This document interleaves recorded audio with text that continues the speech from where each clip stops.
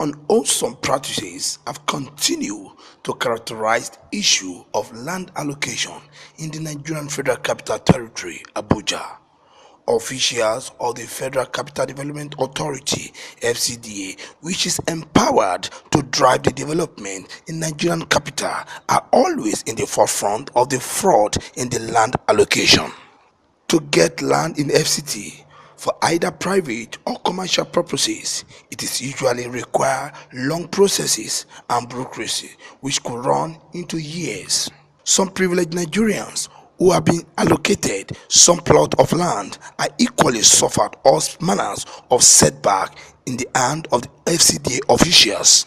The issues at which the FCDA officials usually use to change land allottees ranges from redesign of layout, compliance with master plan, and the Land Use Act. Presently, the Senate Committee on Federal Capital Territory is investigating complaints of corrupt practices of some officials of the Ministry of FCT and FCDA in respect of plot number 3, 14, 15, and 16 within the Cathedral Stone of Kiami District, Abuja, following a petition sent to the Senate by Mrs. Laura King. The chairman of the Senate Committee on FCT, Dino Melai, at a public hearing on investigation on the alleged corrupt practices of FCD officials, said that the 3 plots have been used by the FCD official to subchange Nigerians.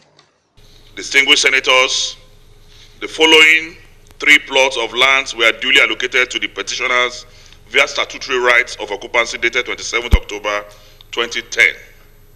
Thus, Living Treasures Limited, owner of plot number 14, Acceptance Nigerians Limited, owners of plot number 15, and Max Energy Limited, owners of plot number 16. Dear colleagues, it may interest you to know that in 2016, 2 persons named Tomi Asuni and Bashiru Dantata, claimed to be trustees of Nigerian Polo Association, sued the Honorable Minister of FCT. The owners of the above named plots in the company of other 12 allottees of land situated at Cadastral Zone E23, Kiami District, to the High Court of FCT, Abuja. The suit was struck out on the grounds that the registered trustees of Nigerian Polo Association cannot be found under the company that was incorporated by the Corporate Affairs Commission. He also explained how 15 plots were originally placed on litigation caveat, while 12 of the plots were later released. During the pendency of the suit, a caveat was filed and placed on the 15 plots of land owned by the 15 defendants. However, the counsel to the 3 defendants with the above-mentioned plot numbers requested FCT and FCDA to remove the litigation caveat placed on their files, but they refused. The 2 other 12 defendants who were sued alongside the petitioners had their building plans approved, while the remaining 3 files were kept aside. My respected colleagues, it is also interesting to note that the petitioners were dismayed when they were reliably informed and verified that the other 12 defendants got express approval because they understand the signs of the time. The petitioner, Mrs. Laura King, told the Senate Committee on FCT on the demand of 35 million naira bribe to have the plot of land restored back to her. So we ended up with 35 million. We are going to put 30 million in one account and 5 million in the other account. So I said, how do we put which account? They said, okay, I'm going to forward the account to you. He forwarded the account on the 23rd of March, 2016, onto my bishop's account. He forwarded it to me. So when I saw the account, the 2 accounts, one is a B-Monix consult. Yes. Then the second one, and said you can put the money vice versa, anyone, but let it be 5 and 30. I said, I called him after that and told him that I'm going to remove your name, your companies completely from the suit. I said, how can you remove? The suit is as a whole. They said 26 206 hectares of land. So our own is part of it. If you remove our own without going to court, and they go to court and those people wins, then it means that I will be included. So when that happened, he said, Madam, I've told you to pay money, you don't want to pay. That's where we ended. So we went to court, and as God will have it, we won the case. Because by the time my lawyer went to the corporate affairs, he discovered the company was non-existent. The alleged masterminder of the bribe, Amoni Joshua, told the petitioner to pay 35 million naira into his private account before she could have a plot of land returned to her. That, as at the time they came, caveats were placed on that land at the instance of Legal Services Secretariat. I requested for replacement of those caveats. And the reason why the caveat was placed, it was because there was a suit initiated by Nigerian Polo Association. Nigerian Polo Association. The writ of summons is here.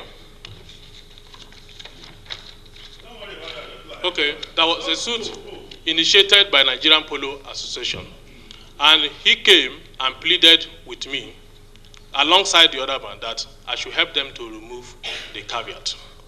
And I told Richard, through whom they approached me, that there was no way caveat can be removed until the matter in court is determined. So I refused to remove the caveat. And I also urged them that I have made an application for them or every other person who has land in that area to be joined in the suit so that all parties can come and defend themselves.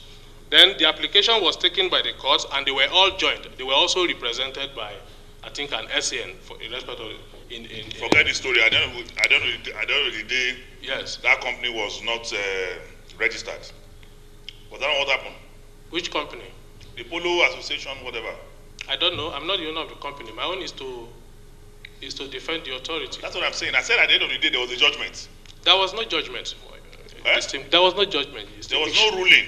There was a ruling. So what was the ruling? Striking out the case in court. Meanwhile, Senate Committee on FCT have advised the FCT administration to investigate the issue and place the mastermind on suspension while the investigation commences. The Senate will reconvene in 3 weeks' time to continue hearing on the alleged bribe scandal in FCT land administration.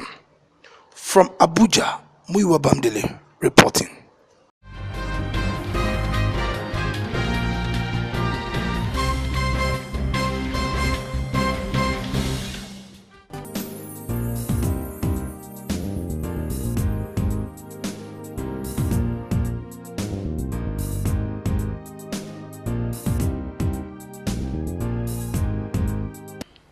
A non-governmental organization under the aegis of the National Democratic Movement have called on the Independent National Electoral Commission, INEC, to reconsider its timetable for the 2019 general election, which had the presidential and National Assembly election coming first. It would be recalled that in March this year, INEC had released the timetable for the 2019 elections, indicating that it will hold the next presidential and National Assembly election on February 16th, while the State Assembly and Governorship election takes place on March 2nd, 2019. National coordinator of the group, Onamusi Onadeko, while briefing newsmen in Abuja after the group's general meeting, said there is need for the commission to start the election from the grassroots. In Nigeria, over the years and before 2003, elections had always been from bottom to top. But for some reasons, best known to the powers that be at that point in time, they decided to have the election from top to bottom. As a result, you find that so many Nigerians become disenfranchised and unwilling to participate in election. And for us to make our institutions stronger, it is extremely very important that INEC should reconsider that position if we must strengthen our institutions and strengthen democracy, ensure that elections from 20 19 are conducted from the bottom to the top. In Abuja, LM Chukwuemeka reports.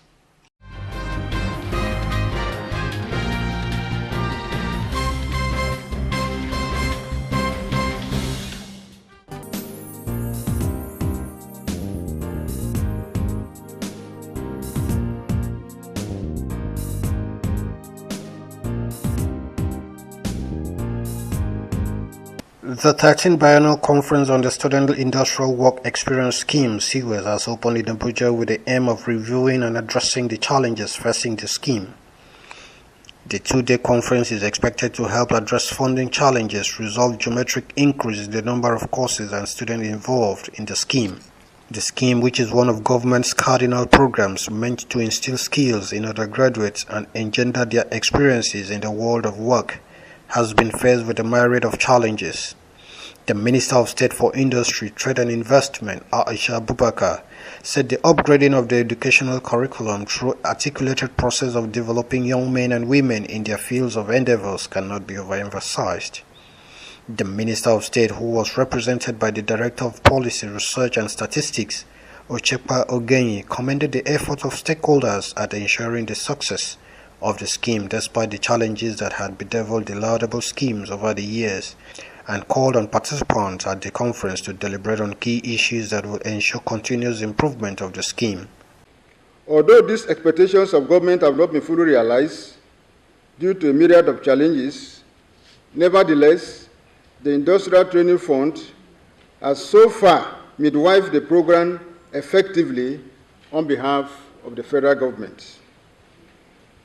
Given government's posture to bring about economic recovery and growth and also generate employment, the upgrading of our educational curriculum through an articulated process of developing our young men and women in their various fields of endeavor cannot be overemphasized. I therefore urge distinguished delegates present to dispassionately deliberate on key issues that will ensure continuous improvement of this laudable scheme. Speaking earlier, the Director General of the Industrial Training Fund, Sir Joseph Ari, said that despite the laudability of the SEWES to the overall development of the educational sector, as well as the positive impartation of requisite skills among the nation's undergraduates, there are challenges hindering the full realization of the objectives of the scheme. Ari said the challenges have given rise to the yawning gap in addressing the disconnect between theory and practice in the educational curriculum, and stressed the need to revisit the operational framework to ensure continuous improvement. It is imperative to state that when the scheme was established, it had a clear operational framework. Over the years, the relevance of this framework has been diminished by many challenges. This framework, therefore, needs to be revisited by all stakeholders to ensure continuous improvement. The resolutions of the 2011 communique of the 2011 SEWES Biennial Conference brought out some issues which had been addressed by the ITF. Some of these are stakeholders' engagement to sensitize the public on the relevance of SEWES to national growth and development. Stakeholders meeting to resolve some of the thorny issues associated with the scheme.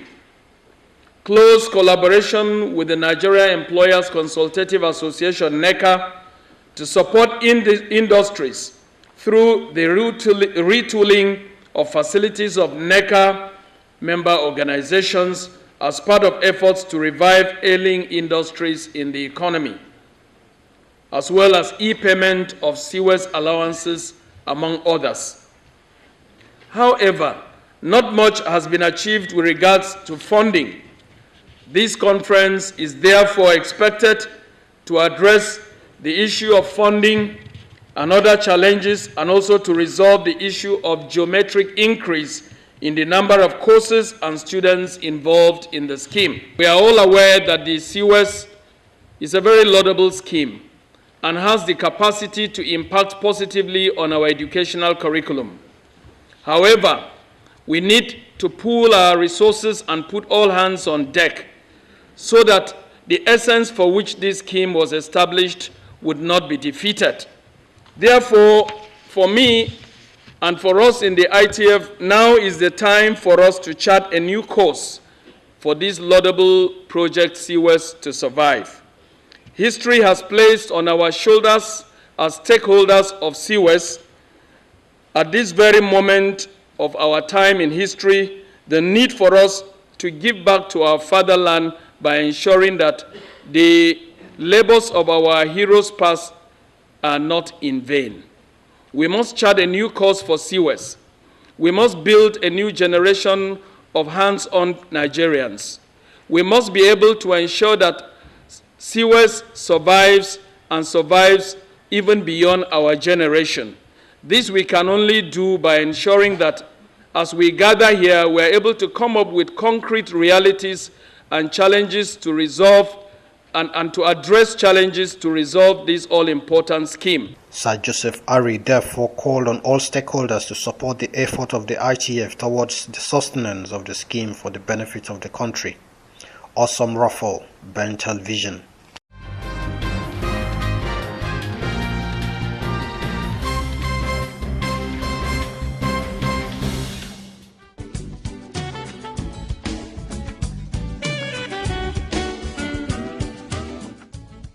Lovely place, right? Yes. What's wrong? You don't look happy. Take a look around. Why can't my hotel be like this? I knew something was wrong, but I've got solution. Solution? What? Nanet. Nanet? Nanet offers you design solutions, building plans and construction, furnishing and equipping, financing, management, audit services, and many more services for a better hospitality business. Nanet, service with a smile.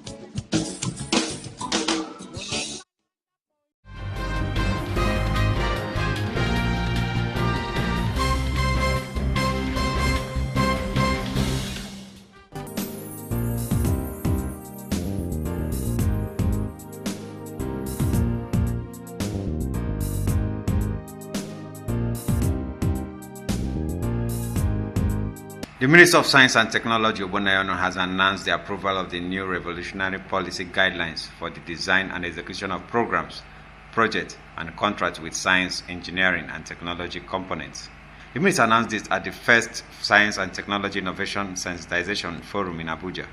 He said the implementation of the revolutionary policy guideline will strengthen and deepen the role of science, technology, and innovation in the future development goals of Nigeria.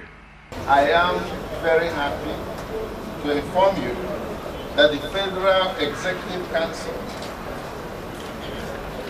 just about 10 days or so ago has approved a new and a revolutionary policy guidelines for the design and execution of programs, projects, and contracts with science, engineering, and technology components.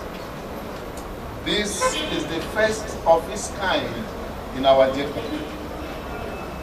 Its implementation will strengthen and deepen the role of science, technology, and innovation in the future development goals of our dear country. It will help create a new nation that guarantees that Nigerians will be prosperous and happy, while Nigeria will be strong, wealthy, and respected by other countries. The minister said one of the ways out of the economic recession was to move Nigerian economy away from being dependent on mere commodities to direction of diversification.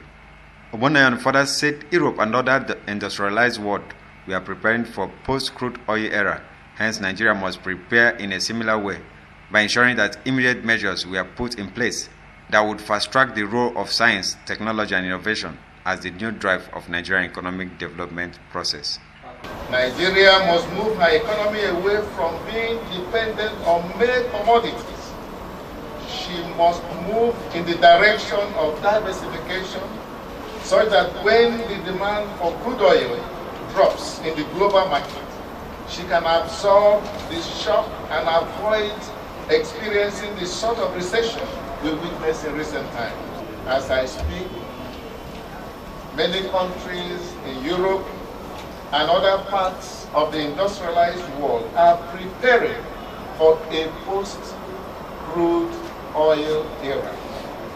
Nigeria, our beloved country, must prepare in a similar way by ensuring that immediate measures are put in place that will fast-track the role of science, technology, and innovation as the new driver of our economic development process.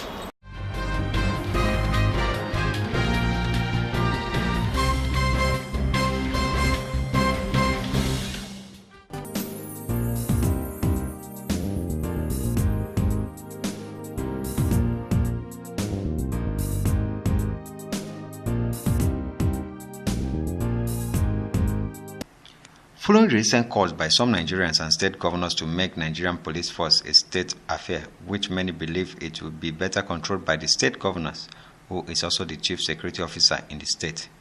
Chairman Police Service Commission Michael Kiro, during an interactive session with Ben TV, said Nigeria as a nation is not yet ripe for state police.